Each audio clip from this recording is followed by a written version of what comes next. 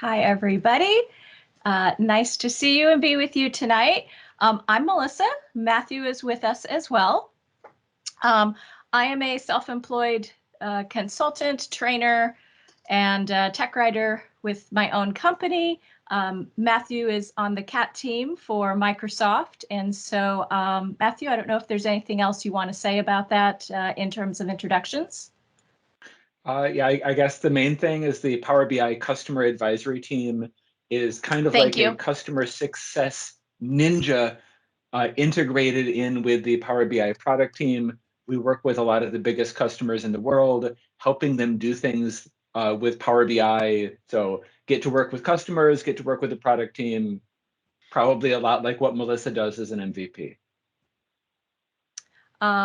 Sure, but you get to talk to a lot more customers. So yeah, and thank you for catching me. I used an acronym and so good job there elaborating. So we're just going to do a very quick 10-minute or so overview of what the heck is this roadmap? Why did we create it? Who it's for? And what's coming next for the roadmap? And then we're going to turn over the rest of the time to audience Q&A. Like Greg mentioned, yes, we've got a spot to post questions from anybody who wants to pipe up. So how this is going to work, you've got the Teams chat. Go for it. As we're talking about things, what I want to do is, and I want to encourage you to also share what you think, what you've learned, what's working well, what's not working well. Greg's in charge of watching the chat, and he's going to pipe up and let us know when there's something interesting in there. Here's the link to the Slido poll, and that's where we would like for all of the questions to go. And when we pop over there, you will see there is also a place for you to upvote questions. So we're going to basically just take them in order and go from there. So that's how we're going to do things. But first, here's the link to where you can find the roadmap, and it's also in the Teams chat earlier. Might be a good time to repost it if one of you wouldn't mind as well. Matthew and I are the two creators of the roadmap. In terms of who has done what, we could say that I did the grunt work. Matthew, he is the person who gave me direction, gave me reviews, gave me feedback as I wrote it. And then I also want to take this opportunity. We had a handful of customers that looked at it before it was published, asked questions, gave us feedback, and that was very helpful as well. And I want to call out that I know that at least Chewy is on the call. So Chewy, we see you. Your input made the roadmap what it is. So thank you for your for volunteering.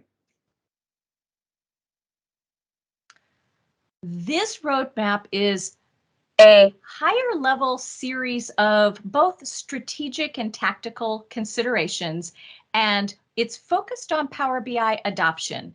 And I want to take just a moment to say, when we're talking about adoption, we are not just talking about more usage of the tool. We are talking about good governance and data management practices that are going to support and enable the BI efforts throughout your organization. So that's one thing to know in terms of how we use the word adoption. And we have a large emphasis on organizational adoption. So in the roadmap, we talk about user adoption, we talk about solution adoption, and we talk about organizational adoption.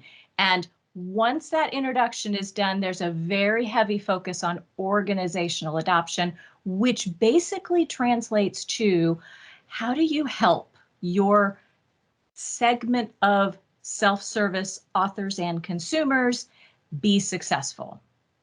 And how we structured it, at least V1 so far, is in these 10 areas that you see on the right here. And try to do some sequencing. Here's where it gets pretty tough. The sequencing is by no means perfect, but the whole idea is with, as shown, number one, data culture, understand really what's going on there first. Make sure your executive level support is in line. understand how you own, manage, and deliver content, then we can get into things like, how do we structure a center of excellence? How do we deliver governance? How do we oversee this thing? So definitely not a perfect system because everything is interrelated, but we tried. Before I move on, anything you would add to that 10,000 foot overview? No, I think that this is solid. So the focus on the organizational adoption is really going to pop when you look at the content and as we get into the discussion. The other things like the user adoption and the solution adoption are easier problems to solve or easier to move the needle on. The organizational adoption, this is the hard stuff. True. We tried to put more of an emphasis on the people and the culture aspects, which, as you all know, that's the trickier part than the technology itself. Now, as we were going through, and this is something Matthew did such a good job of, is helping me stay clear on who are we talking to. So you all have different circumstances, different states, different industries.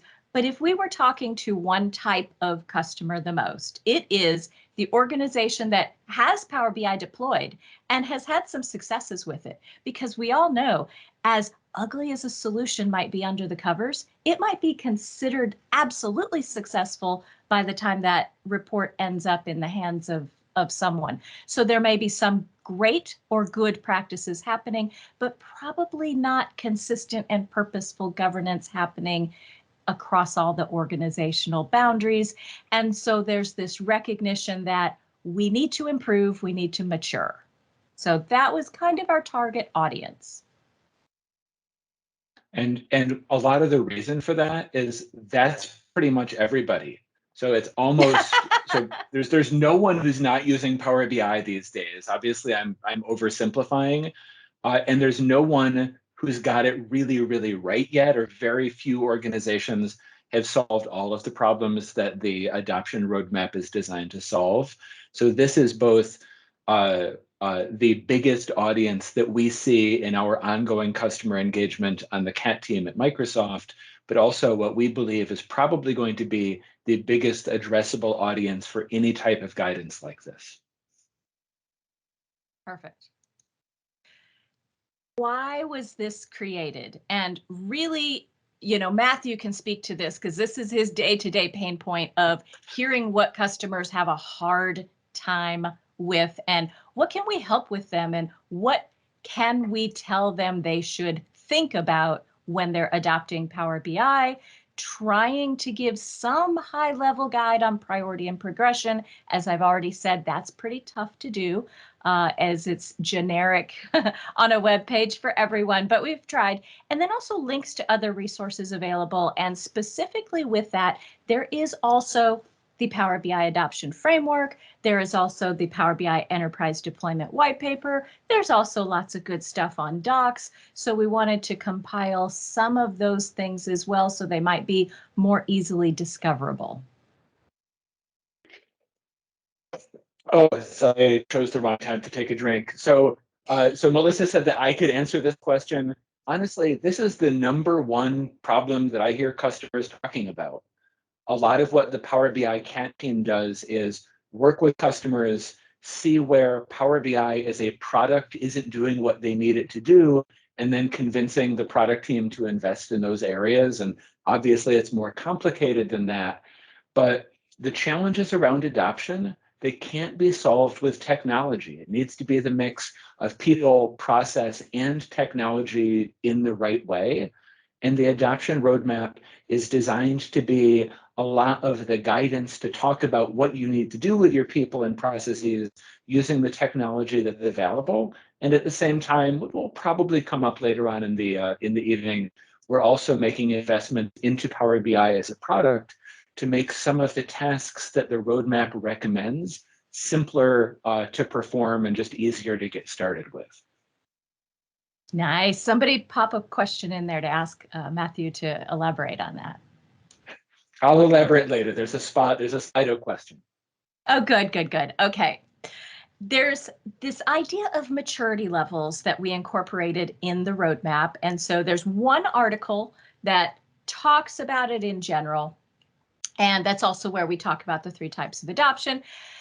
At the bottom of all of the individual articles, we have a list of maturity levels. Now, on one hand, I will be the first person to tell you that they are so generic that you will have to customize them.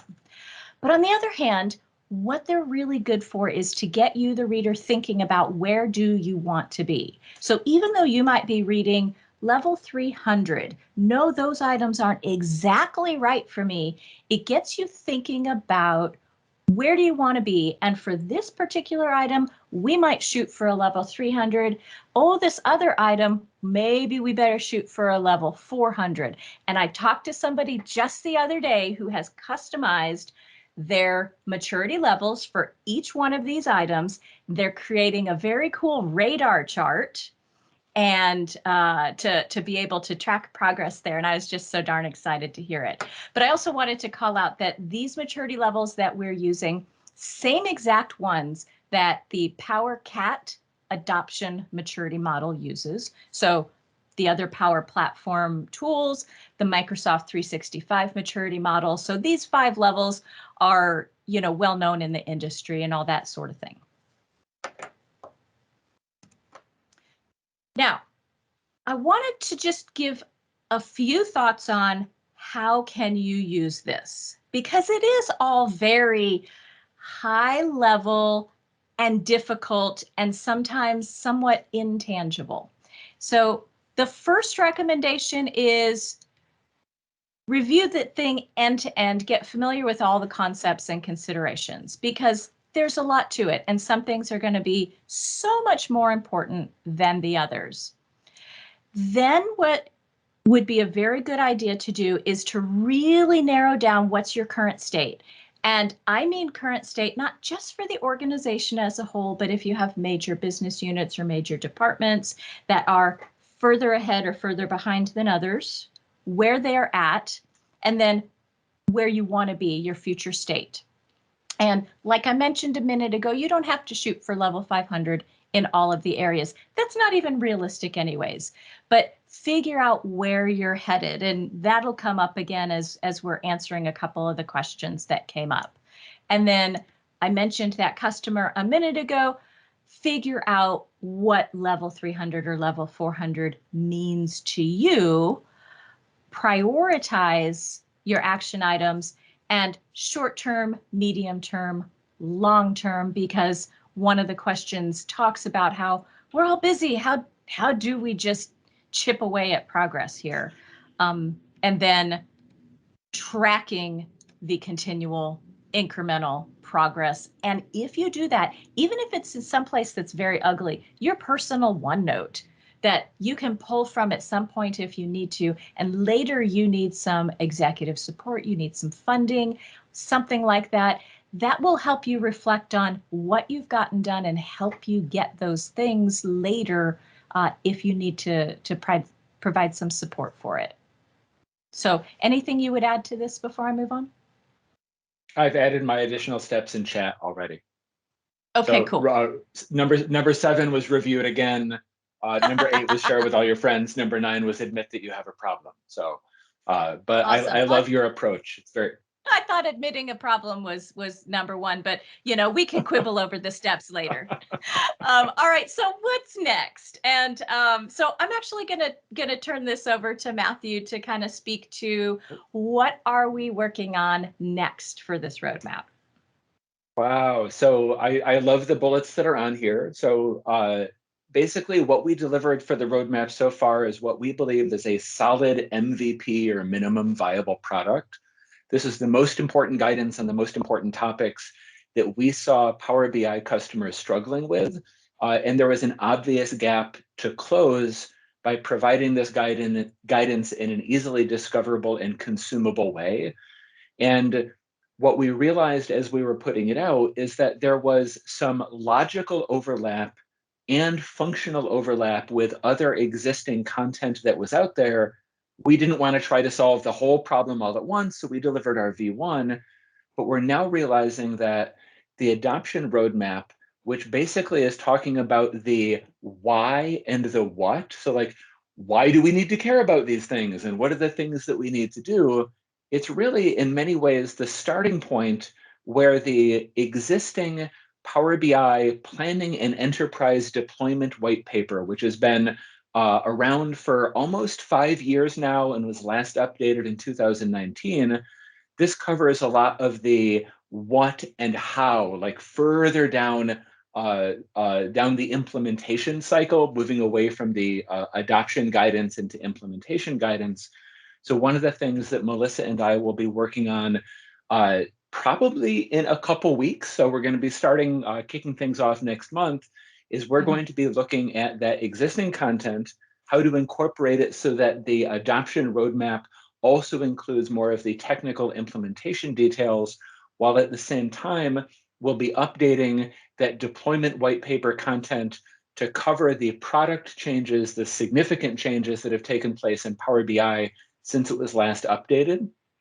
We also have the adoption framework content, which you may or may not be aware of, but the adoption framework was originally created for Microsoft partners, for the consulting partners that are going in and helping customers with their own adoption and usage and deployment of Power BI.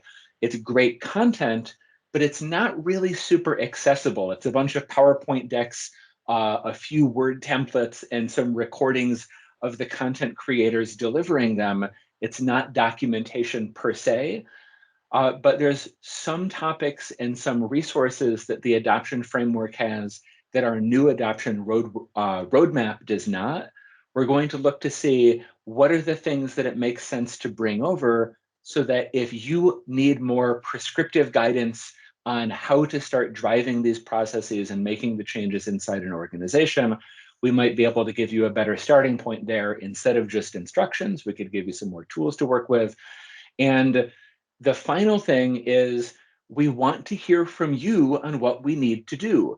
If you go to any page on docs.microsoft.com, and this includes the adoption roadmap documentation, at the bottom of the page, there is a feedback section where you can provide a thumbs up or a thumbs down. And when you do that, you can also put in a comment saying either what you want more of, an error or typo that you found, or anything along those lines. And the documentation team that owns the Power BI docs, they will both use that for their reporting and analytics, but they go back to the content owners to let us know what we're hearing. Actual human beings read every comment that gets put in. And if there's something that you think of after tonight, where you're going and reading the documentation and then you're realizing, oh, I wish I'd mentioned this on the call, put it in there. I guarantee you it will reach us. Can't guarantee we'll make every change, but it will reach us and we'll be able to include it as we're planning the next version.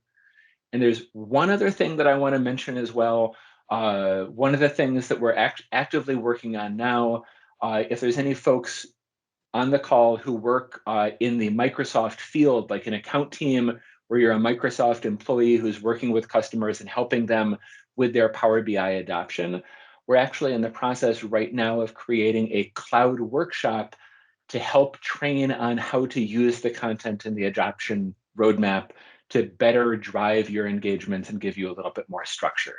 And it's possible that once it's available for the Microsoft folks, it'll be available for partners as well. We don't have a firm commitment on that yet. Nice. All right, so that brings us to the Q&A point. Greg, anything from your end before we dive in and we take the first question? No, I think we just dive in. All right, great. So far we have, whoa, y'all have been typing in questions in the last few minutes. So the top rated question so far is from Jeff, and it is, can I adopt more than one Power BI cat? Phil Seamark is very cute and all, but he sheds a lot of DAX and I'm allergic. Are there any hairless cats that eat M? Being on the cat team, I'm going to have to kick this one over to you, Matthew. Yep, I'm glad to take that. So the short answer is yes. It's always best to adopt cats in pairs because cats are very social creatures. If you have one, they tend to develop emotional challenges or behavioral challenges. And as for the hairless cats, I haven't had a bikini wax since the pandemic began. So this will be up to you as the new owner to take care of, but it's definitely doable. I do have one that looks a little bit like yours, Matthew. I see you post pictures of yours occasionally. So this is Jessie. She's no good at DAX. Hello, Jessie. Jessie's a good kitty. Oh, goodness. All right. So moving on. The next one is from Wayne-alytics. So Wayne, I presume often there's some organic Power BI usage by the business prior to an adoption plan being implemented. What steps or advice do you have for the rollback process? And that's a really tough one. And you know, if we had an hour to talk about this one alone, I would really want to know what you have in mind for the rollback process. But the first thing you already know intuitively is that people are going to expect this rollback to be intrusive, burdensome, pushback will happen. So if you need to make some major fundamental changes to what is happening because you have way too much technical debt, way too much risk, whatever is motivating this rollback statement, make sure first and foremost you've got your executive support. And Matthew's probably like, oh, I was going to say that. But you're going to need somebody to help you push through this changes depending on how heavy that they are. And the second thing that I would emphasize is communication. So making sure that everybody understands these changes that you're implementing. Well, why are you implementing them? Why is this important that we change? And if you're taking things away from self-service people, why? And the last thing that I'll mention before turning this one over to Matthew is, in addition to focusing on what is not working well, also really figure out what is working well. And can you formalize it, scale it out, bring it to other areas of the business, and you'll get champions and supporters from those kind of people. And they've also already proven that it works. Yeah. Over to you. Yeah, so I love the feedback that's coming in chat. So Daryl says you don't want to discourage. Kimberly says there is no rollback, only rolling forward. You could not be more right. And I dropped a link into the document, the governance page in the adoption roadmap guidance documentation, where basically there is a diagram that shows the gradual inclusion of more Power BI stuff and a little bit of governance and a little bit more Power BI and a little bit more governance. If you have that organic usage, you are in a perfect spot already because you have people that are motivated, they're solving their own problems, they're working with data, they've figured out the tools. Don't roll them back, guide them, take that momentum, and I'm sort of falling into an Aikido mode, but if you see someone moving in a way that you don't like, take their movement and redirect it for your own purposes. This is the perfect opportunity to do that, and making sure that they understand that you're here to enable them to do more, not to stop them from doing what they're already doing. That's really the key. And there's various comments that are in here, but basically, if you shut it down and you say, no, you can't do that with Power BI, they will start using Access or Excel or SharePoint lists or email or any other tool that's out there. You can't stop a business person. You can't stop a user from solving their problems. What you can do is make it so that it's easier for them to do the work that they need to do within the constraints that you're defining, rather than doing the work outside of those constraints. Love it. And it's easier said than done. Oh, yeah. But I think what you're saying is, let's really focus on user enablement. more so than this heavy-handed governance. Mm-hmm. And if I remember correctly, the governance section goes into, during the introduction, it's basically talking about governance is not preventing people from doing things. Governance is about making sure that you understand who's doing what so that you know where to engage and that you're enabling the type of work that you're trying or that you want to enable. There are some things that you need to shut down because of compliance or security, but most things don't need to be shut down. Most things simply need to be monitored and to stay aware of. Love it. All right, let's see what's next. We have Jeff again. Our org has not officially rolled out Power BI, just threw it out there without resourcing. It's just another tool to IT. Unskilled use abounds. Are we doomed? A generic question, not specific to a particular organization. And you know, I've heard also it it's from incredibly hard to write a question in the very small word limit that you've got. So yeah, I know. I wish it had a longer word limit for sure. I know of at least one other person on this call who has experienced the same thing, where their leadership sees it as just another productivity tool because everybody has an E5 license. But I went first last time. Matthew, I'll let you go first this time if you would like. Yeah, so I'll say yes, you're doomed, but not for anything that has anything to do with this. The thing that you're describing here, it's an awkward place to be in, but it's not inherently a problem. I've worked with organizations that have tens of thousands of monthly Power BI users, where because they have a blanket E5 license, like everybody in the organization has every Office 365 thing, including Power BI Pro, they basically do whatever they want. And the only thing that gets managed are those central data sources that have a really high value or that have like a high compliance threshold or a high risk that would be involved with the misuse of data, like PII or financial data or things like this. So if there is Power BI that's just been thrown out there, if people have the tools, this is an awesome opportunity to start with some of these small central things that the roadmap describes around training, around enablement, around having a center of excellence with people to go to.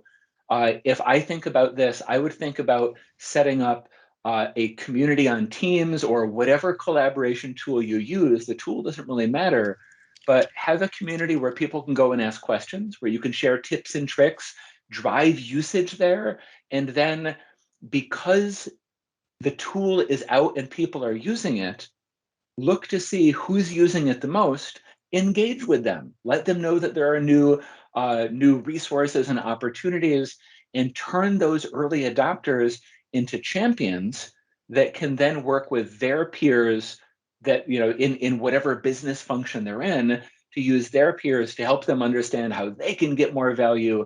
This is a beautiful starting point, not a problem. And if you're going to say, no, it is a problem, this hypothetical organization, they're running into this challenge and this challenge and this challenge, that's also great, because the problems that are big enough to show up on your radar or on management's radar, this is often the place to begin with training, with governance, with the higher touch management to help people do things the right way instead of the way that they might be doing them without that guidance. So that is a position of opportunity, not inherently doomy. Can I ask a quick follow-up, Matthew? I sort of point out there's nothing wrong with throwing the tool out there. That's very, very good, right? Sometimes that's the best way to get people to use something. So I'm not critiquing the manner, but the trouble is, the essence of my question is that it's a stretch from there to somewhere where you're trying to socialize the Power BI adoption roadmap, especially when Power BI sits along a more entrenched tool like SAS. And I think what will happen is that people will go, well, why is Power BI special? And in many regards, they're right. And my weakness is that I only see Power BI. That's all I care about. And I think it's the answer to everything. How do you this comes back to, I guess, that executive sponsorship thing. How do you even think about getting an executive sponsor and selling the Power BI tool when they're not looking for a savior? So keep in mind, this is my opinion, but I would say this if I were at work as well. Power BI is just another tool. Power BI is only a great tool if it's doing what you need it to do. And if you have people inside your organization that are very familiar with SAS or another analytics tool, and they are comfortable, they are proficient, they are working with data in their own way, if people don't know that it's a problem, it's probably not a problem. And the guidance that's in the Power BI adoption roadmap, even though, since this is guidance from Microsoft about Power BI, it does have a tool-centric approach in the content. It can be applied to any tool or technology, maybe not in the details, but in the broad strokes. So the thing that I would ask is, what are the goals that you're trying to achieve? So what does success look like in relationship to where you are now? And then who agrees with you on that? Because if management, like if the people with budgets don't agree that it's a problem, being the lone voice in the wilderness is often an awkward and lonely place to be. So instead of saying, oh, we need to change, go read this guidance, find some of the things that are in the guidance about making the small changes, the little things that you can do today to show them not why what they're doing is wrong, but how the way that you hope that they will adopt a new tool and new practices, how it can make their lives better. Because change only ever happens if the cost of changing is lower than the cost of not changing. So nobody likes change, so you need to make them want it. Otherwise, they'll fight you every step of the way. People are clapping. Sure. It's awful, right? Someone moved my cheese, but people are complicated. So yep. Melissa, what did I miss? The only other thing I want to add to that is the statement that says it's just another tool to IT. And, I always come back to this one conversation that I had a while back with a customer. And, Mr. IT manager is saying to me, our users don't come to us for help with Word and Excel. Why would they ever come to us for help with Power BI? And sometimes I think they might fail to realize it's more than just a query tool. And that really, this is an enormously powerful tool. People are doing data ingestion and data preparation and calculations and data modeling, and then the icing on the top, the report. And so I think sometimes educating them on, hey, here's what we're really asking these people to do. Here's why we need more resources to support them, et cetera, et cetera. Yeah, and what you just said, Melissa, made me think of something that I did not mention earlier. Convincing people just what Power BI is, because it is just another tool, but it's an amazing, multifaceted, powerful, like market-defining tool. Show people what Power BI can do. One of my favorite demos, which I've seen done 100 times by one of the least technical people that I know, he basically starts in Power BI Desktop, emphasizes that it's free, and then connects to a public web source, mashes it up in Power Query, lands it in the data model, visualizes it, switches over to a complete PBIX, like the cooking show example, and then does Q&A, publishes it to the service, shows it on the phone, basically like a top of the waves thing that's telling a story, showing those features and capabilities that will make a business audience or a decision maker audience say, wow, I can't do that in any other tool. If you have something like that that will pop for your audience, showing them what's possible, if it's really compelling to them, they will say, I need that thing and I need Jeff or whomever works at this hypothetical organization, I will need Jeff to help me figure out how to do it.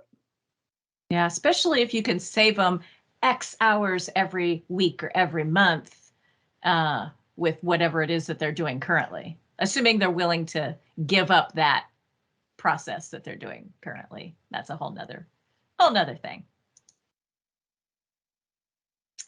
All right. Keeping track of tenant settings for governance and documentation purposes. What do you use? Simple Word doc, Excel, JSON version controlled in Git. So I have strong opinions on this. So let me interject here, and then Matthew, we'll see if you've heard other things from customers. But I like to just provide a Word document template. And shameless plug, there's a template in my online course, but it really, here's the thing. As of the moment, there's no way for users to go and read, or I should say a viewer role of what are all of our tenant settings set at. So what it can do is lead to frustration if somebody reads online.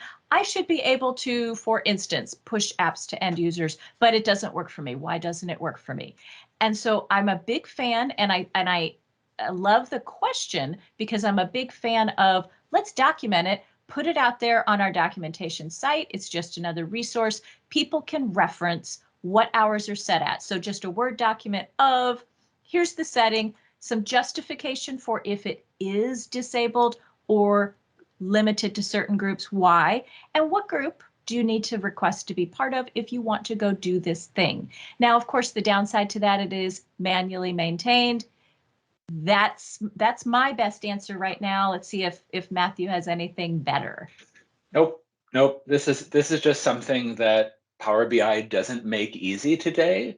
And keep in mind, this is like a public session, so I can't talk about things that are on the roadmap that aren't publicly announced already.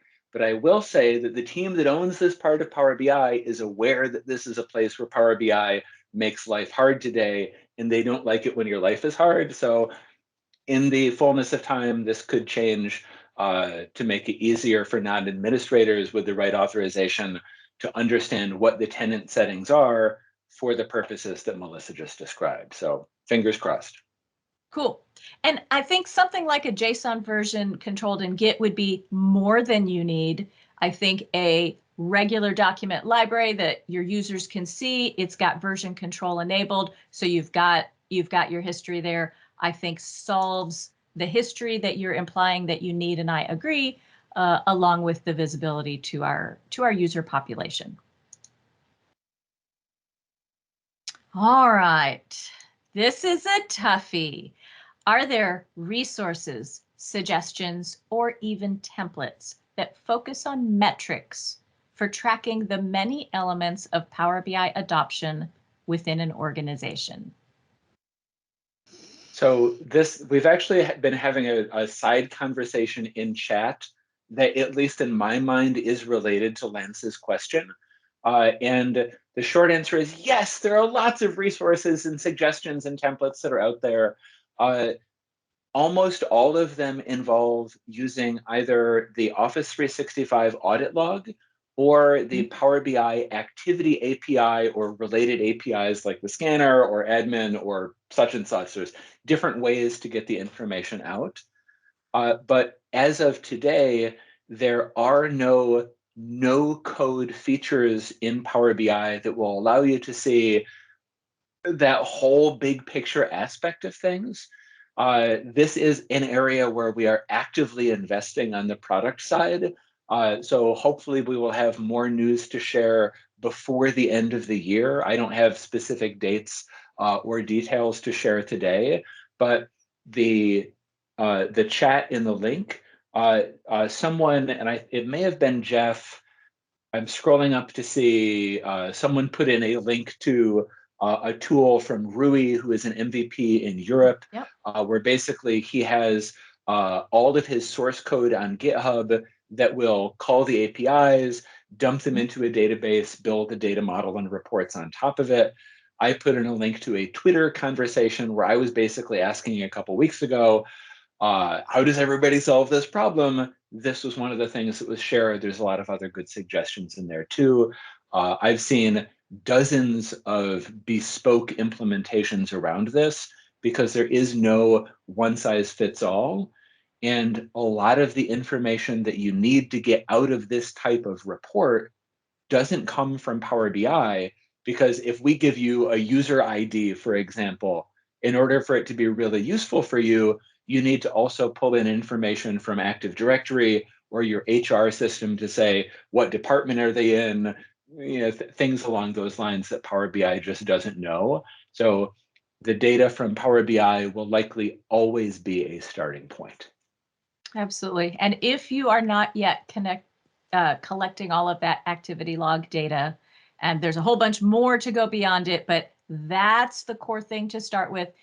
And if you're not collecting it, just dump it somewhere so that you're collecting it. And that will at least get you in the initial position to be able to start tracking some metrics. So for instance, and we mentioned this somewhere in the roadmap, one of my favorite metrics is this ratio of data sets to reports. So there's one customer out there with a wildly successful Power BI implementation, right? But after their first 2 or 3 years of customers going wild, you know what? They have about 3,000 reports, and they have, about 3,000 data sets as well. So they've incurred some technical debt as they have gone through this period. And there's always going to be technical debt, no question about it. But it's something that, they know now, this is an area where probably we need to start improving, and that would be an excellent metric to track. I want to mention I've put the GitHub URL into chat again. It sounds like chat may not be working super consistently for anyone. If you don't see it in chat, if it doesn't show up for you, go out and use your favorite search engine to search for PBI Monitor, like all one word, PBI Monitor. That should help you find it. Superb. All right, we have a question from Mr. or Ms. Anonymous. In a world where it seems like everyone is overworked and overbusy all the time, how do you continue to move adoption forward? And to me, the biggest thing here is, the obvious answer is small, incremental progress. We're not going to move the big rocks fast anyways, but in order to do that, we also have to know where it is that we're going. We have to have goals and targets, short term, medium term, and that sort of thing before we can even start saying, what is this one thing that we can do now, this week or this month, to at least make some sort of advancement. So if you don't have a prioritized list, if you don't have a backlog, that would be, to me, the place to start, so that then, okay, maybe you can only give this a couple hours a week attention, or, whatever it is. You've got a map of where you want to go. Any additional thoughts there? It's kind of a tough one. It's definitely a tough one. So there's two, and it seems like I'm very hand wavy in my responses today, or it feels that way to me. So part of it, one answer that I want to give is that adoption works best when people know that there's a problem. So like if people are overworked and overbusy, if you can present to them a way to be less overworked and less overbusy by applying the right data in the right tool in the right way, you will be their hero and you will make their life better and you will move adoption forward. That's kind of the sweet spot, but it's not always easy to find. The other thing is, if you don't do this, if adoption doesn't keep moving forward, at some point, something will go really, really wrong. Like if you don't put out the little fires, sooner or later, there's a big fire. And even though it's awful when that happens, that big fire represents a bigger opportunity to engage, to drive a shared understanding of the problems and their root causes, and to position some of these behaviors as part of the solution for it. And the sad thing is, a lot of organizations, the kind that I think of as I read this question, they don't pay attention. Their culture doesn't emphasize or reward paying attention to the little day-to-day problems, because they're little day-to-day problems and the little people will figure it out. But when it becomes a big problem that is keeping an important business process from completing, like you miss your financial reporting deadline or something, that gets everybody's attention. There's an opportunity there if you are positioned to take advantage of it. Hopefully it doesn't come to that. Love it. All right, Edward says, most everyone in our company has E5 licenses. We're all in on data democratization, but with a tight budget and a small team, we don't support the users the way we should. Suggestions for coping on a shoestring. And I've got two. One is we know we need to support the users, and you do too. You asked the question. Curate a set of links for training and learning, things that already exist, but give people a path. There is so much out there. Even take Guy in a Cube as an example. As much as I adore that, everything they put out, if we just tell a new user, go check out Guy in a Cube. Now, if they are wildly enthusiastic and they are going to roll up their sleeves and figure things out, that's great. But we have all experienced, oh, I ran into a cool blog or a cool YouTube channel, and I just spent 3 hours investigating stuff. But you know what? I never did answer the original question that I have, right? So give people a path. And then the other thing is to get your community rolling.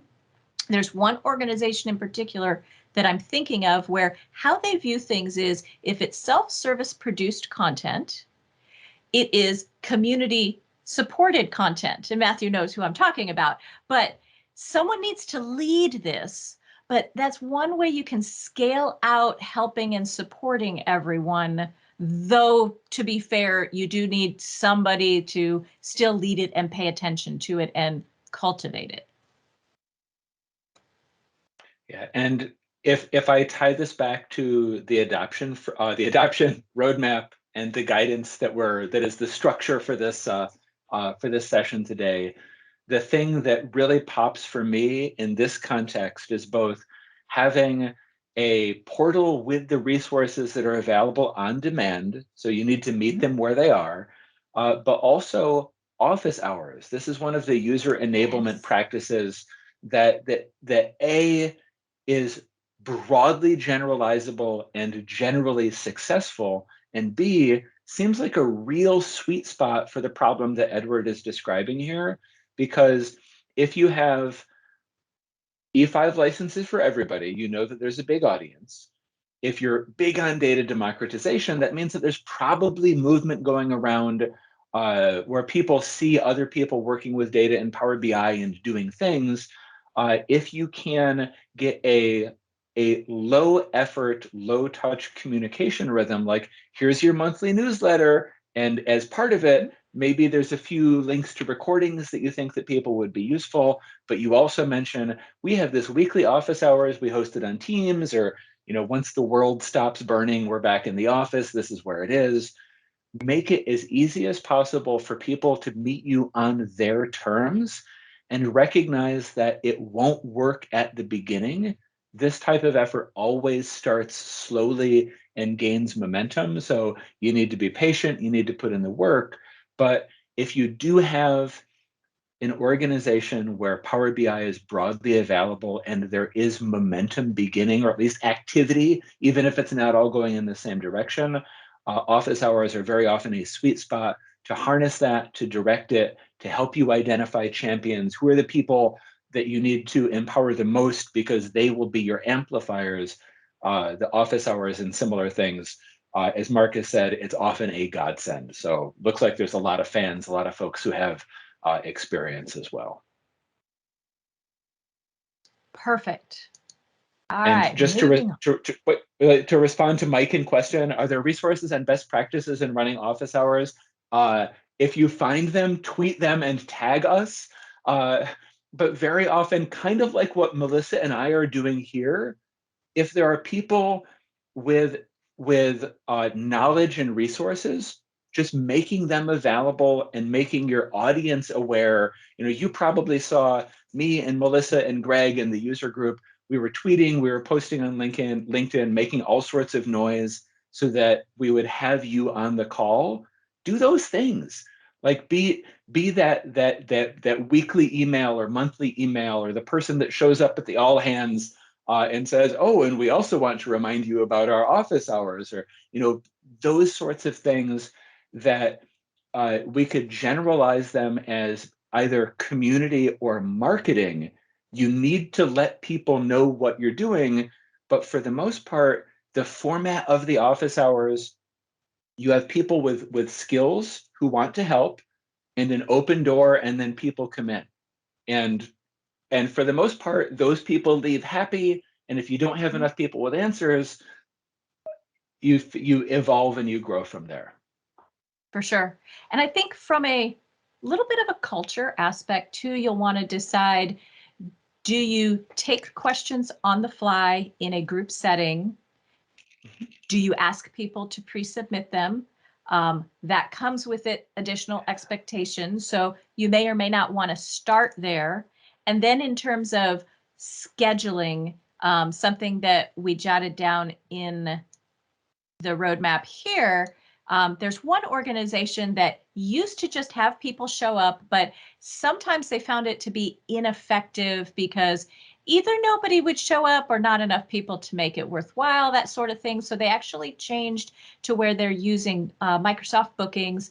They actually just book time with someone that they want to speak to. So that's a little bit more leaning towards one-on-ones than a group office hours. But, things like that, things that like, are you going to go in separate breakout rooms, physically or virtually?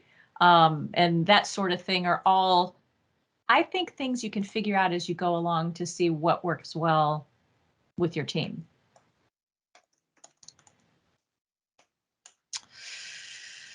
Okay, this one's really difficult. How do you document your reports and data sets? And how can one build a data dictionary? Are there tools out there or methods you can share, please? Nico's come up with a tough one here. I see Matthew shaking his head. So there's an entire software industry, whether it is Informatica, Talend, Calibra, Alation, Waterline, or Azure Purview. There's a whole broad category of tools that are out there, often marketed as data catalogs or data management tools that are designed to solve this problem. But they tend to focus from a persona perspective on like data management, compliance, like data engineering type people, not necessarily the people that would use Power BI. And they also tend to be very expensive. I'm generalizing here. So having a tool that can help do this sort of documentation, it's hard, and it's often a thankless effort. You need much more executive support to make that sort of implementation work than you would need to make Power BI work. So let's assume that that's off the table. So from there, Power BI in the last 12 to 18 months has added a ton of capabilities around having a data catalog functionality inside the Power BI service. You've probably noticed the lineage view, the ability to do impact analysis upstream and downstream right inside your workspace, and the ability to see where data is coming from, to understand, who's producing it, things to that effect. So Power BI is becoming a better tool to solve parts of this problem, but a lot of the documentation for the actual reports and data sets that you've deployed into the service, either you can use the Power BI APIs or some of the third-party tools. There's Imke Feldman, who is the BI accountant on Twitter. She has some tools. I know that ResaRad through Radicad has some tools where basically these tools simplify the process of extracting the data from Power BI and putting it into a format that you can then make a documentation or make a data dictionary. But as we're thinking this, the thing that I have seen over decades working with this type of problem, because data management is what I did for a decade before I came over to the BI world, or primarily to the BI world. It's that this is a thankless task that no one cares about most of the time. So when you're saying, how do I do these things? I want to ask, who's going to use them? Because very often, unless the metadata that you're presenting through a data dictionary is automated or very low effort, the work that goes in, it's often a thankless tax, and documentation must be always current for it to be valuable. So just ask yourself, and keep in mind, I'm a true believer, so this is a question that's near and dear to my heart. But if you build it, they won't inherently come. You need to have an audience. You need to have an audience waiting for it. Otherwise, it may not be the best place to invest your time. Agreed. Yep. And just to sort of parrot a little bit what he said, because it's how do you document your reports in your data sets? Then I start to think about, are we documenting a report for a consumer to understand what it is and how to interact with it? And sometimes they're just a little 5-minute tour video or bookmarks or tooltips to help them understand is great. Some people put calculations inside the descriptions and the tooltips, that sort of thing. And that's entirely different from supporting other self-service authors that are going to get in and use the model. So yeah, no easy answers right now for sure. All right. We have a question from Anonymous. Have you seen any good examples of AD group structures to support a large-scale deployment, specifically where there are multiple self-contained reporting teams? And for this one, I'm actually going to swipe a slide from my training materials. And when I talk about group planning, the thing that I usually talk about is this. You need to be able to do 3 different things. You need to be able to communicate with your groups of users. You need to be able to set security. So here we're talking workspace roles, app permissions, etc. And you need to be able to control features. And here we're talking about tenant settings. So the actual list of groups, that's a little bit too deep for us to get into now, and something where quite literally my template for that has to be 10 pages long because there's so many possible options. So it's a little bit too complicated to get into from there. But if you think about those 3 angles and then start backing into, what do I have now? What do I need to do? Are there some that I can nest? That's usually the way I suggest to approach it. I don't have anything to add. I'm so glad you took this one. Okay. I did just add a security group planning template to my materials that I'm super duper excited about. So I actually kind of laughed out loud when I read that question yesterday. Can I do a shameless plug or shameless pitch for Melissa as well? Is this appropriate for this venue? So she's taking a drink, so I'm just going to say this is exactly why I reached out to her to write the adoption roadmap.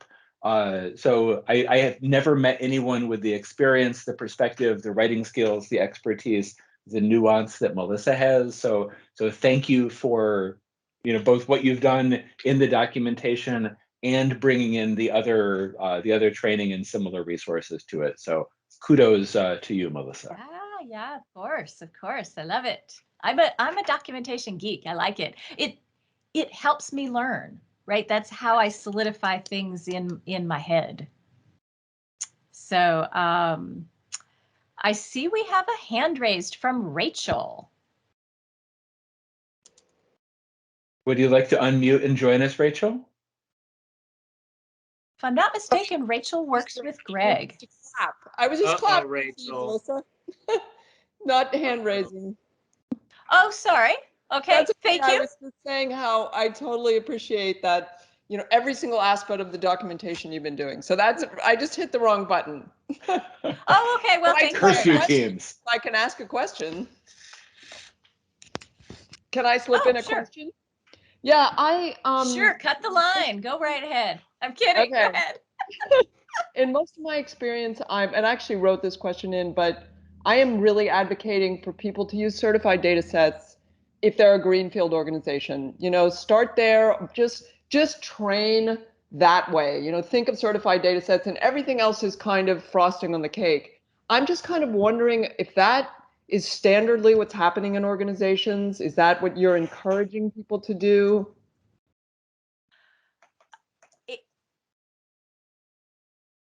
Yes, but if you have a good, solid process behind it to say, this is a trustworthy data set and it's a supported data set and it meets a certain level of expectations. And if you think about it from this way, let's say you've got 20 different certified data sets. And it's really the same concept if it's a certified report or a certified app. If we have these different levels of trustworthiness and accuracy and support that they all have, that gets confusing. So having a benchmark and a process for what does it take to get certified, and it should imply some level of rigor. Right. Then with those caveats, I say yes. What do you think, Matthew? So I'm first of all, I want to say yes. It's a great idea, but from a more nuanced yes, what's the problem that you're trying to solve, right? So don't think about solutions and features. Spend as much time as you can thinking about the actual problem that you're trying to solve, and then most of the time, a thorough understanding of the problem, the solution for the problem is obvious. It just reveals itself. So if the problem is, we want to ensure that whenever possible, business users are consuming data from a centrally managed, trusted data set so that everyone has the single version of the truth, so the numbers line up across reports, so that they can do their additive BI with that as the starting point and not have both the inconsistent data and the redundancy of work and wasted effort. If that's the problem you're trying to solve, promoted or certified data sets are absolutely an effective tool that many organizations are using for that. But the feature on its own, it's hard to say, should I use it if you don't know what you're using it for. And I want to point out, when we're talking about certified data sets and data flows, we're actually targeting people that are going to build content from that. So we're letting them know this meets that level of threshold. You can take it as a dependency in building your solution. Whereas if we're talking about certified reports and certified apps, we're more targeting the consumers to say, this meets a level of threshold. You can trust this for making your decisions. And so it's kind of two different angles and two different sets of people that we would be targeting. All right. Great, thank you.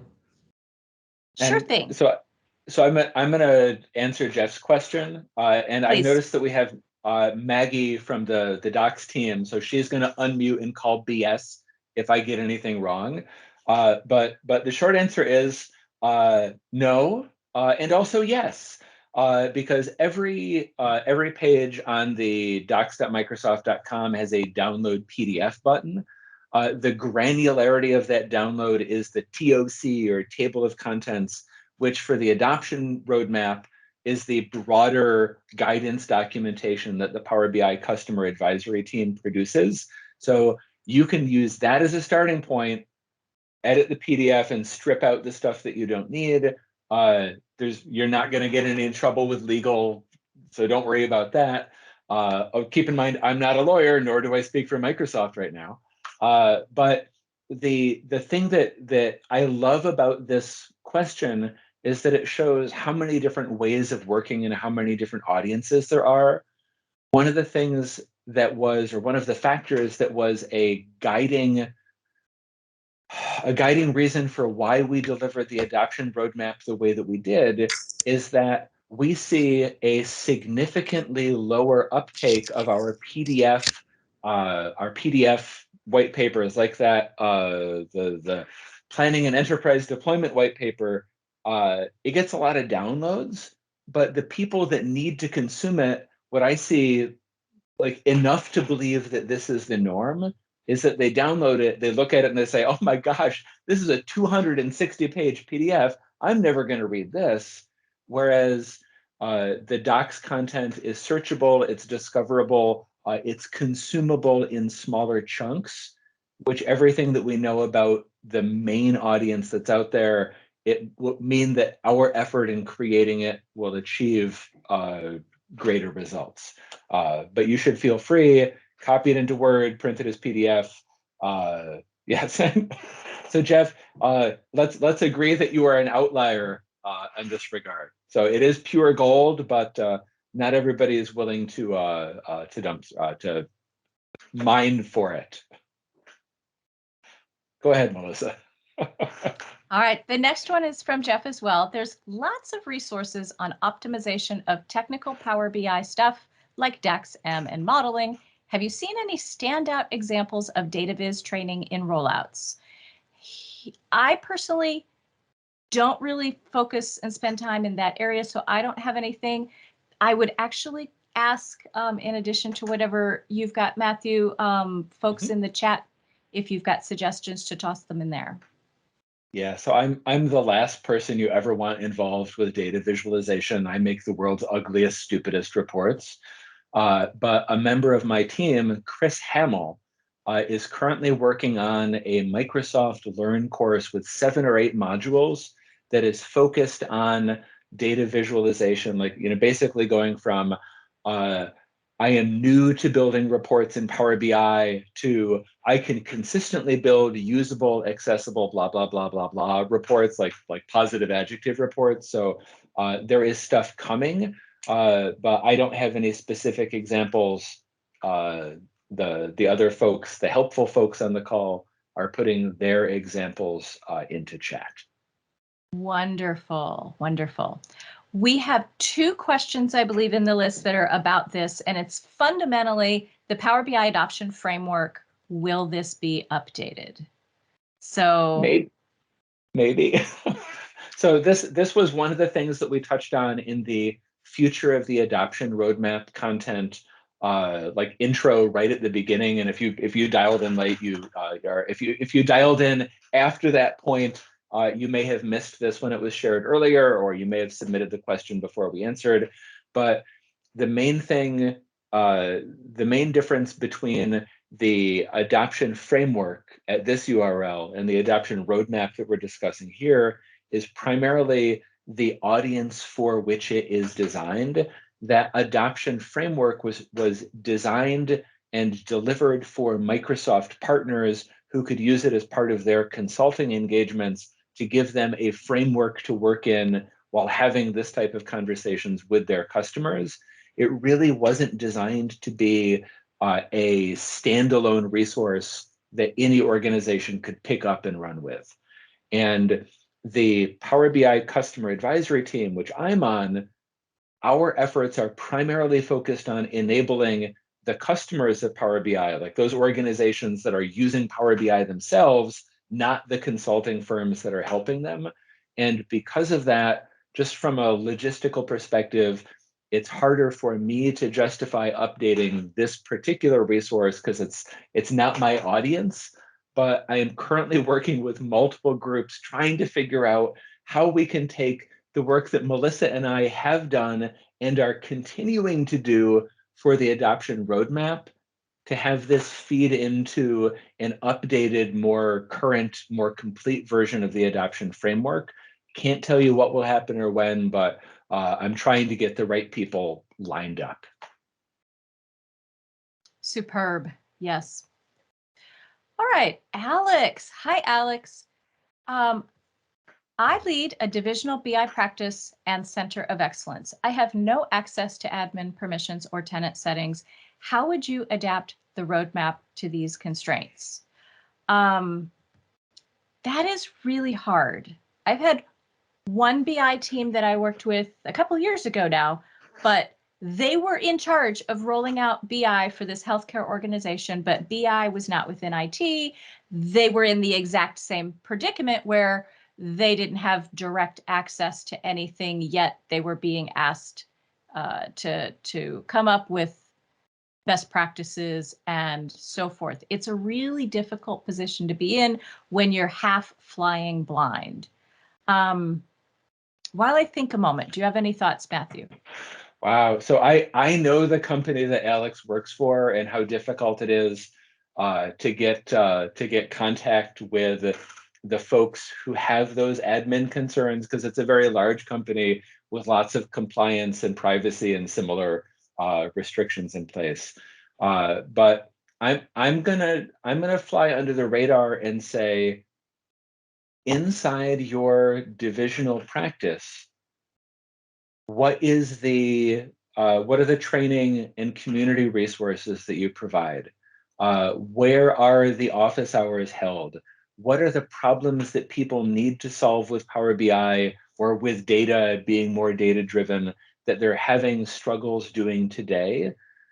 There's lots that you can do even when you're flying blind. So that's kind of one aspect of it. And the other aspect, so again, thinking, how would I try to approach this if I hypothetically worked for the same company that you did? I would look at the business impact or the cost, the lost opportunity that comes from not having access to a specific thing. And very often it's not the admin permissions and tenant settings, it's the usage data. So like who's working with what data, what's deployed inside multiple workspaces, not just an individual workspace because you need the bigger pictures. You might not need to change it, but you might need visibility into it. Having a specific ask, sorry, I'm falling into corporate speak, making a specific request with a specific business case and dollar amount justification on it, that could be a great way to move this difficult lever enough to make a difference. Yep.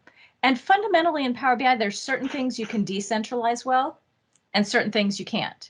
And management and viewing of the tenant settings, the admin portal stuff, retrieval of audit log data, all of that's really difficult.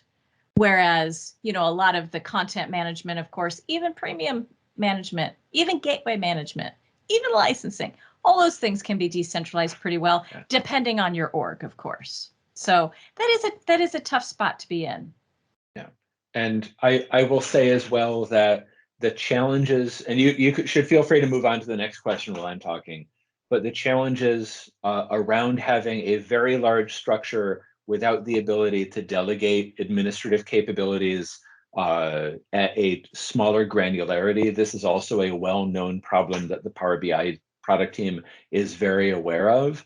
I suspect that if we were to ship capabilities that technically solve this problem, the organization that Alex works for is probably still going to put organizational or procedural barriers in place. So it's not really a matter of having the features, it's a matter of having those features used in a way that enables what you need. True. All right. I feel like we didn't entirely answer it. How would we adjust the roadmap to handle that? But I need my subconscious to think on that a little bit more. So let me move on to this next one. So the question is, what is the reference architecture for Power BI datasets to be adopted by both Power BI and paginated reports and Excel to satisfy all reporting requirements from the same source? So I'm going to borrow some slides that are in some of my other presentations, and this notion of a shared data set. So a lot of people call it the golden data set or the hub and spoke method. And right here, I've got a Power BI report, a paginated report, and an Excel live connection. So the whole idea is I've got the single data set that can be reused. You can start taking it a little bit further. Here I'm depicting 3 data sets, 5 reports, and 1 data flow that then feeds into those shared data sets. But really, the big thing to start making something like this work, this golden data set, this hub and spoke method, also has some things to do with your workspace management strategy, particularly to segregate who's able to edit and who's able to view. And so really shared data sets, I think, are your key thing there. Would you add anything to that, Matthew? So this is a sad old song from me, but find places where you can move your data transformation further upstream and closer to the source. So if we look at this slide, so this is what made me think of it. So having a shared data set, if it's a data set, you can connect to it from any client that knows how to talk to an analysis services model. You know, that's not 100% true, but it's largely true. But a lot of the benefit from having a shared data set for consumption from multiple clients comes from having the right data in the right shape at the right granularity in that data set to start with. And this means that very often, as you're building that data set, you want to be thinking about who's doing what with it, what are their goals, and what do I need to do to get that data from all of the places where it starts into that one place downstream to do the reporting for the various tools that are on it. Love it. And I love the question because what you're thinking about is reusing data regardless of which tool, and I absolutely love it. So the key there is, just to kind of hammer it home, is this idea of decoupling the work of creating data and the work of creating reports, which is a habit change for the people that work in Power BI. So one of those things that everybody that gets started will end up creating 1 data model per report and educating them earlier rather than later that there is actually a better way, and here's why it's good for you too. Yeah, and just as an aside, if I may, Chris Wagner from Rockwell Automation, so he's an MVP who's like, he does blogging and YouTube and so on and so forth. He's the first person that I've heard use the term citizen data engineer, but I've heard it in more places since then. And the work that Melissa just described of saying, I need to create data not just for my report, but for multiple reports or maybe multiple users, as the scope of downstream consumption grows greater. It's both a change in the work that you're doing, but also the mindset that you have when you go into it. And this is as much a cultural change as it is a reference architecture, because business people that are used to solving their own problems, they simply do not think about how they might need to change the steps that they take or change the way that they use a tool to solve a broader set of problems, like publishing a data set and then connecting to it to build a report, because that's not what Power BI Desktop does by default, and they will only ever do the default unless through your training, through your mentorship, through the office hours guidance that you provide, that you're helping them understand that there is a different pattern to follow. Love it. Love it, love it. All right, we've had a vote, so the top question just changed. What are some effective workspace management principles? Here's another one where it came in early enough that I could grab just a little thing that I already have. And the different types of criteria that I like to think through are, first, what is the content? Basically, what's the subject area and what's the security boundary? Same exact idea if you're planning file shares or a SharePoint site or whatever. That's the first thing that we go through and we think about. Then we go through and we start thinking about, well, who manages this data? And do we have data or reports? Are there dev, test, prod considerations? How are we going to go ahead and deploy it?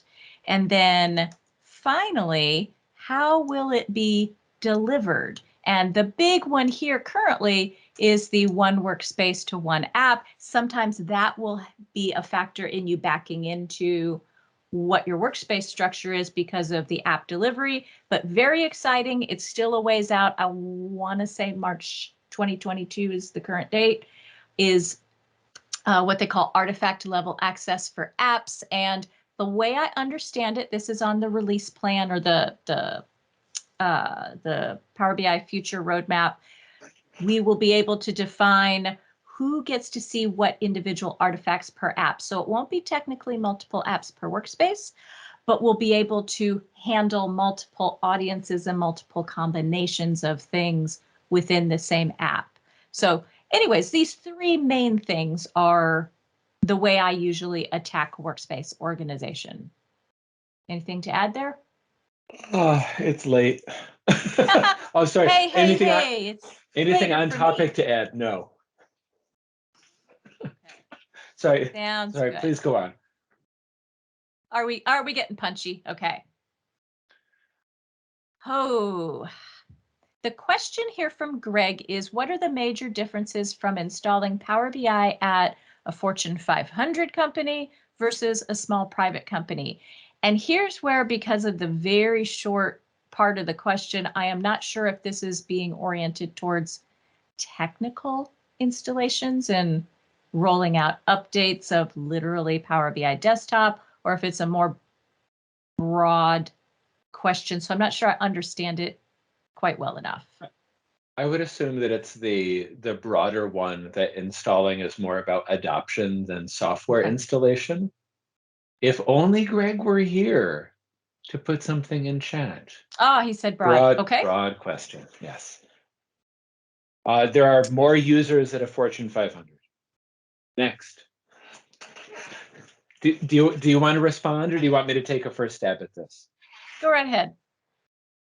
So at least in my experience, and what I see is mostly with the larger Fortune 500 type customers, is that Power BI adoption usually forms in multiple departmental hotspots, where the initial adoption is being driven by the finance department or the sales or supply chain, or whatever the business function is.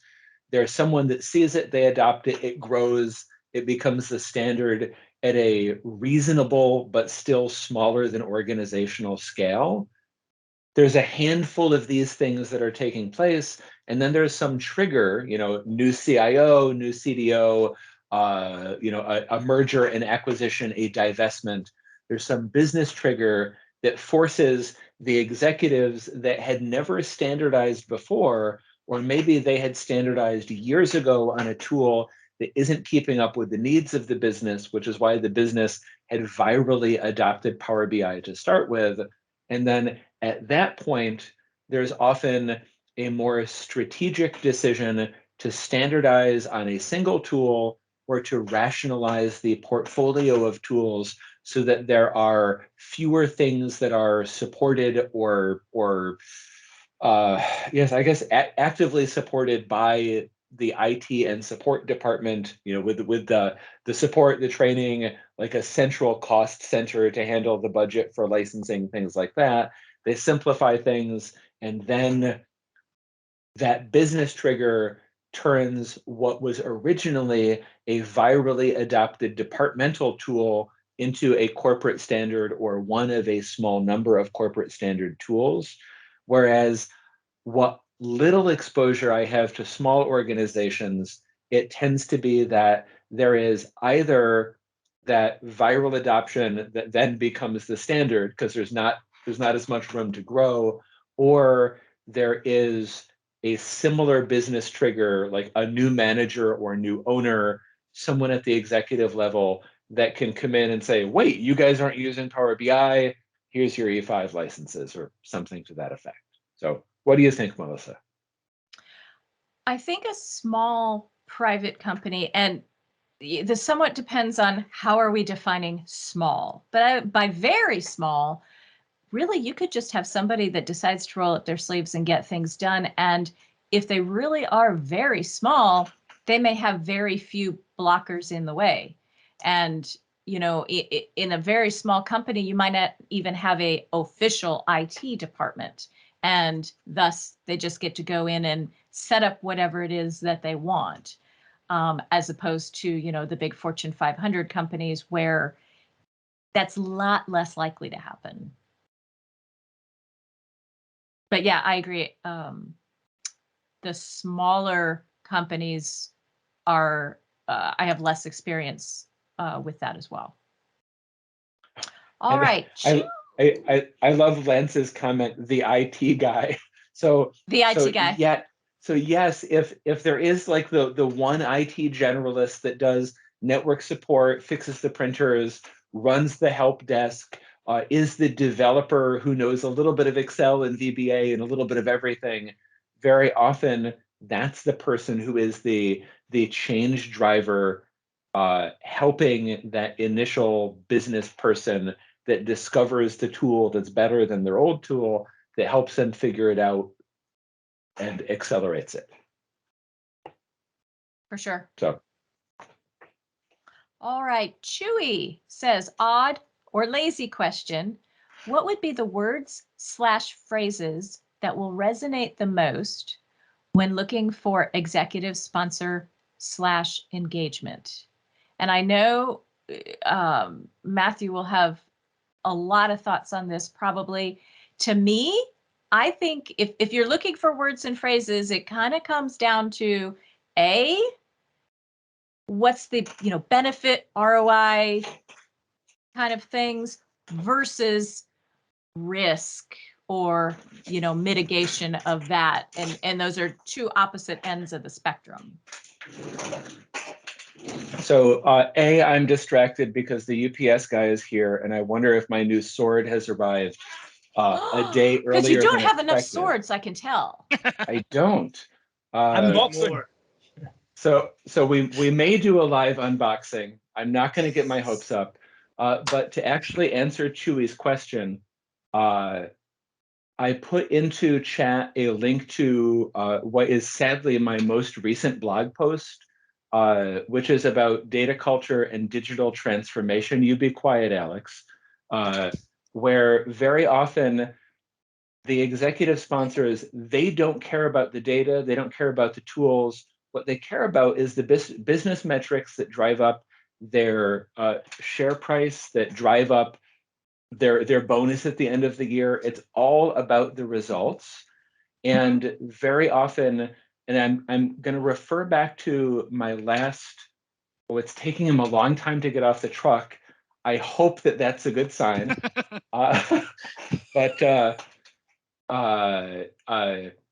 riffing back to my last answer about the business moment or the business event, I always got an envelope. God damn it.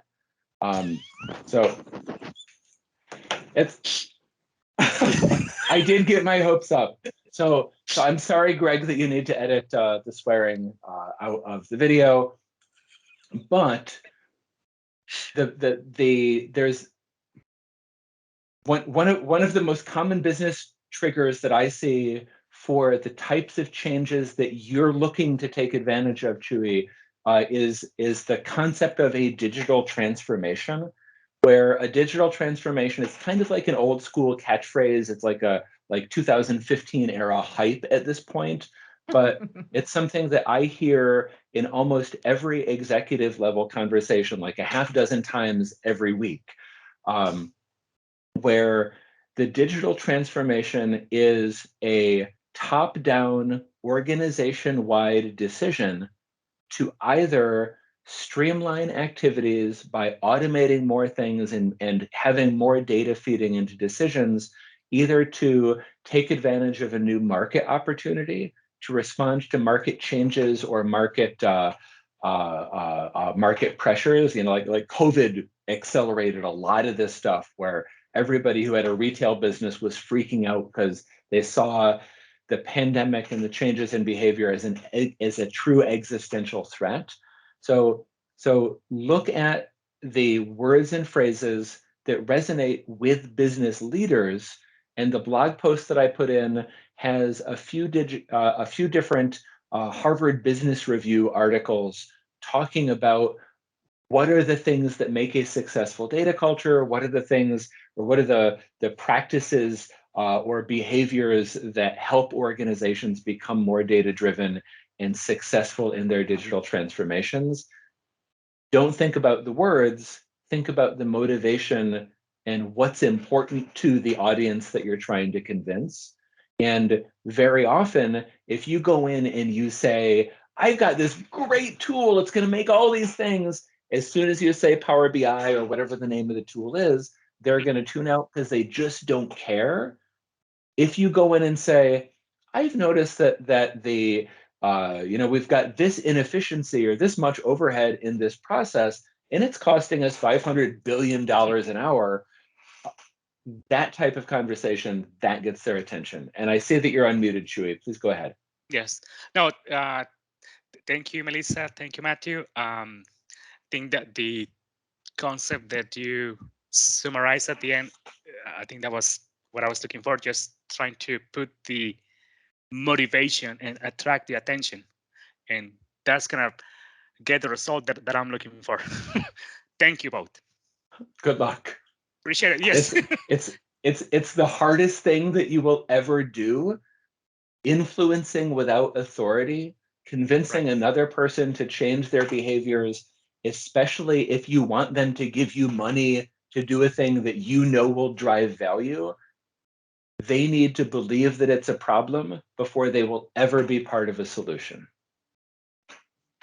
Thank you. I appreciate it. I want to stop for 1 second because technically we have 10 minutes left. And I just want to do a quick check with Greg on if you want us to just keep going. If I close this here for just a second, we have 14 questions left. So do we want to pick the last few that we want to target? Do you want to keep going? Greg, Matthew, what do you both think? I think it's up to how much energy you both have. I'm not going to say, let's stay on for the next 2 hours. I think to your point, maybe we can just pick some of the higher priority questions for those that are still on. Maybe stay on an extra 10 minutes if you can. I know it's late where you both are, and so you've been working long. So you guys let me know what works. I'll fall asleep when I'm done. Okay. All right. So let's see how many more of these we can get in the next 15 to 20 minutes then. So the top rated one right now is tenant level Power BI usage tracking for E5 Pro workspaces. Is export of the Office 365 Unified Audit Log still the best option for usage tracking? Best option depends on what you need. If you actually want data from the other services as well, and not just Power BI, then yes, that's actually a good place to go. And if you are a global administrator with permission to go get after that data. If you're only interested in Power BI data, there is the activity log now, and it is either you can call the API or there is a PowerShell commandlet that makes it a little bit easier. It does some things for you. I won't go down that rabbit hole. That's the easiest path to get after that particular data. I will warn you, if you are Googling for this, there's an old PowerShell commandlet. It's still got a lot of Google juice because it was an easier thing to do in the past. Unfortunately, it still comes up too high. So kind of be careful that you go after the new one. And it is that activity log that is often easier to get. It is often the activity API, the Power BI API that Melissa mentioned, that is easier to get access to. One of the challenges for that Office 365 log, especially in larger organizations, is that your Power BI administrators aren't Office 365 administrators, and those two people or those two teams don't have good relationships. So one of the main benefits of the Activity API is that you do not need to be an Office 365 administrator to use it. You do need to be a Power BI administrator, but it's a much lower bar. For sure. It may be. Absolutely. Absolutely. Yep. All right. Checks and balances for certifying data sets. Now, I'm not going to show you this whole thing, but I am going to show you the table of contents from one of my templates, and that is, let me make it just a little bit bigger. Things like technical owner, subject matter expert. Do we have standardized documentation requirements? Have we done a best practices review? And that might be a number of different things depending on the type of artifact and so forth. Have we done data validations, reconciliations, right? That could be manual at this point, that could be automated, lots of different things there. We need to do a security review of not just the data set, but where is it being deployed? We need to do some deployment planning, number of different things involved there, some change management requirements. Do we have support identified and so forth, and a post-deployment review. So I'm not joking around when I say there should be some level of rigor here. But these are the kinds of things that you want to think about. So so everything that Melissa said, focusing on best practices. Another teammate of mine, a gentleman named Michael Kowalski, who has a blog called Elegant BIs. If you go to elegantbi.com, I believe, he's basically developed a set of best practice rules that run inside of Tabular Editor, that free community supported. Oh, there we go. BPA rules, best practice analyzer rules. So yes, and Michael's are the best that are out there. So good. Yep, love it. All right, here's a data flows question from Francois, I believe.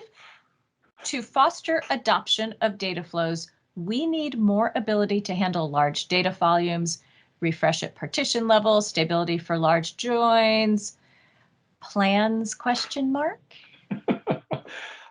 So I will say that, and I feel like this is a song that I've sung already today, but the data flows team is aware of some of the challenges around these particular scenarios. I will point out that incremental refresh, or that partition level refresh, is available and has been for some times, but a lot of what you need to do today is to understand enough about the implementation of data flows so that you're working around the implementation for things like the large joins and running out of memory. This may come down to having a data flow that you land your staged data into, having the enhanced compute engine enabled on it, and then having other data flows that consume from there. My personal belief is that this is a little bit awkward today.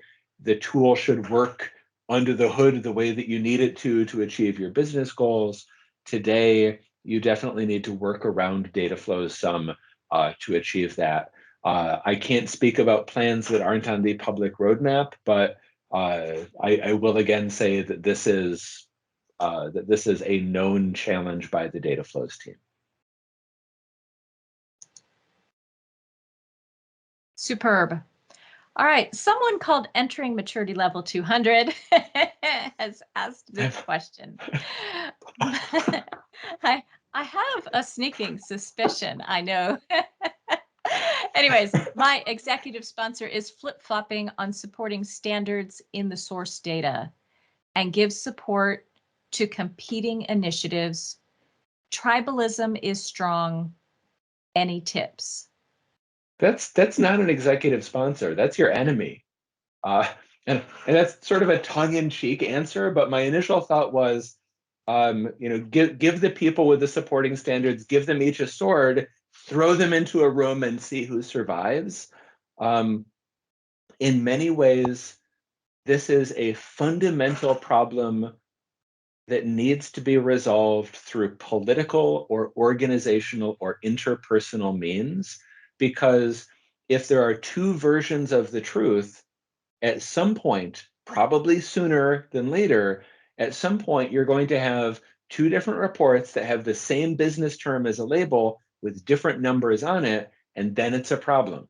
And this is the cause of that problem: the lack of standardization on data where standardization is important. And implied in the question is that these competing initiatives and different standards are that they should be the same thing. So if they are the same data, this is an opportunity to make that big upstream change that has a real impact. As a brief story, back in a past life, I worked with a major oil and gas company, and they were investing, and this is probably a decade ago at this point. I think it was 2012-ish, but they were investing hundreds of millions of dollars, or hundreds of millions of euros, because they were a European company, in standardizing all of the instrumentation on all of their oil wells around the world, because they were in a point where, depending on the well, or the oil platform, the thing that's in the middle of the ocean, like depending on where it was coming from, the hardware that measured the flow, which turned into money downstream, it would report it in different ways, and there simply wasn't a way to reconcile the numbers produced by one set of measurements to the numbers produced by another one. And they recognized that this was causing so many problems that they needed to bite the bullet, and as part of a master data initiative, they physically ripped out and replaced hundreds of millions of dollars worth of crap to solve the inconsistency problem. And this is an extreme example, but it's a real world situation where, with an executive sponsor that understands the impact of having competing standards in data, that the right changes can be made. But the tips for me: make sure that everybody that has a hand in the solution understands the cost of not standardizing. And if the communication of the problem doesn't trigger them to action, get something in writing so a year from now you can say, "I told you so, give me budget."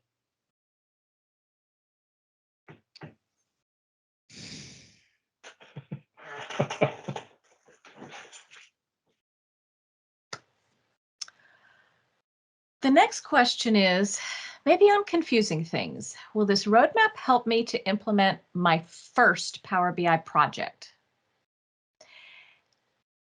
And I think in that case, I'm going to go back to how we talked about that there are three kinds of adoption. And when you say my first Power BI project, I think then you're really talking more about a solution level, right? A set of reports, an app satisfying a set of requirements. I might be misinterpreting.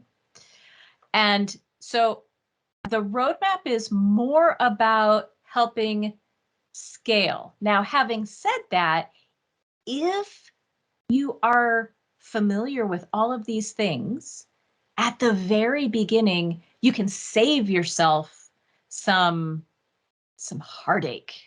So I would say yes, it can, for that reason.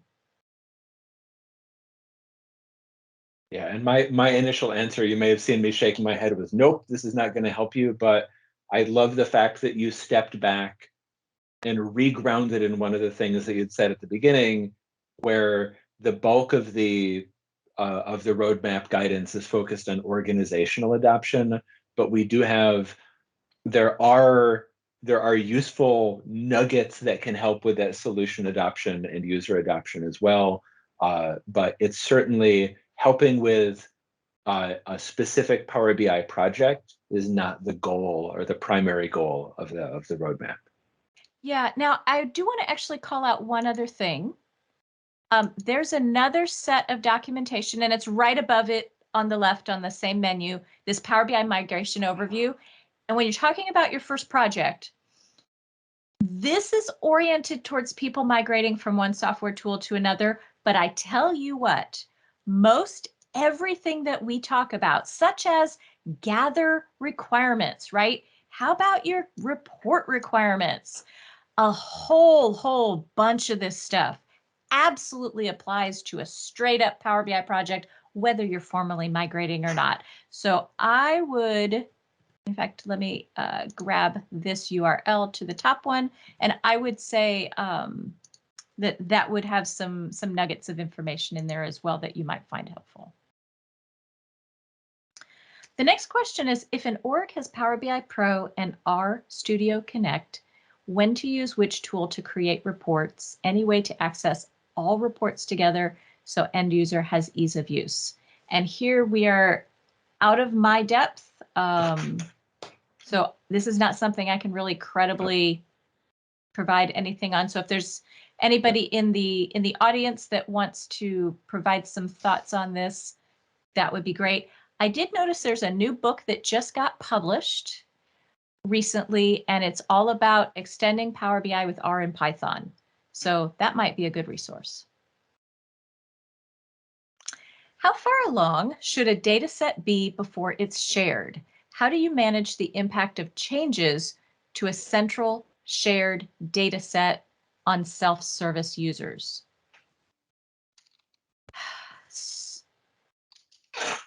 If you've evolved to where you've got separate development, test, and production workspaces, then if you've got an audience of people that are going to do some early testing and QA for you, then it really just depends on how early you need feedback and all that sort of thing before you start getting feedback.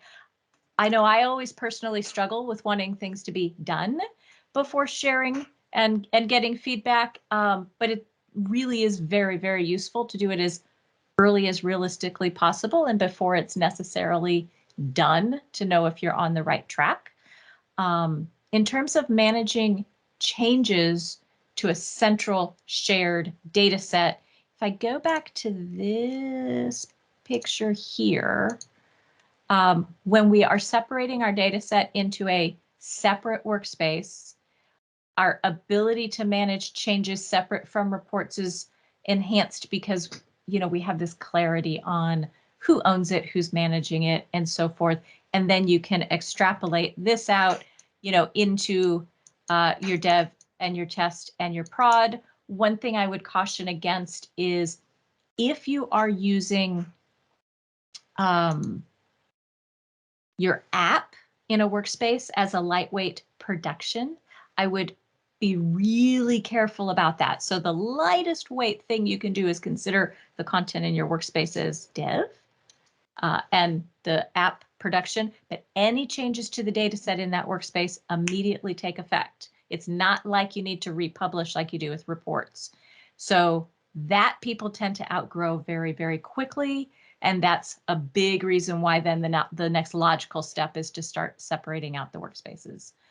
While we're on the subject, the other reason people outgrow that lightweight using the app as prod is because you always deploy the data and the permissions of the app together. And if you're using groups, no problem. If you're adding individuals to the app, you got to add somebody real quick, but you've made changes in the workspace and you're not ready to deploy. That's a pain point. So some things like that. Yeah. And keep in mind as well, one aspect of this is impact analysis that Power BI makes simpler than any tool that I've ever used. So if you go into the workspace where the shared data set is located, you click on the data set, you click on the impact analysis option, it will allow you to contact every single owner of any downstream report or data set or whatever that's using it to let them know if there is a change coming. So if you know that you're making a change that could potentially impact downstream consumers, there are mechanisms built in to make this as easy as possible. For sure. So even if you don't have access to that downstream content and you don't even know who you're sending that email to, you can send the email. And personally, I like to do that as well as posting it as an announcement over somewhere in your Power BI community site. Yeah. All right. Tell you what, I was just going to ask if Matthew wanted to choose the very last question that we would handle from the page. We just did. I have family commitments pulling me away, so we're at time. And I do want to take this time, Melissa, to just show everybody's appreciation for the time you guys have put into the session today, you know, being able to open up for questions. You know, this is a hot topic. I would love for everybody to please come off mute, use your emoticons. Like, let's really give them a round of applause. One person. You can turn your camera on. Yeah, thanks everybody. We got through most of them, so we did pretty good. Matthew. Yeah, awesome job, guys, gals. Thank you very much. Wow. Thank you. Yeah, thank you. All right. In many ways, this is like having the opportunity to show pictures of your baby to people and actually having them care. So, I can't speak for Melissa, but the pleasure was all mine. Thanks, everybody. Have a fantastic night, everybody. We've done it again. Please have a safe night. Hopefully see you guys next month.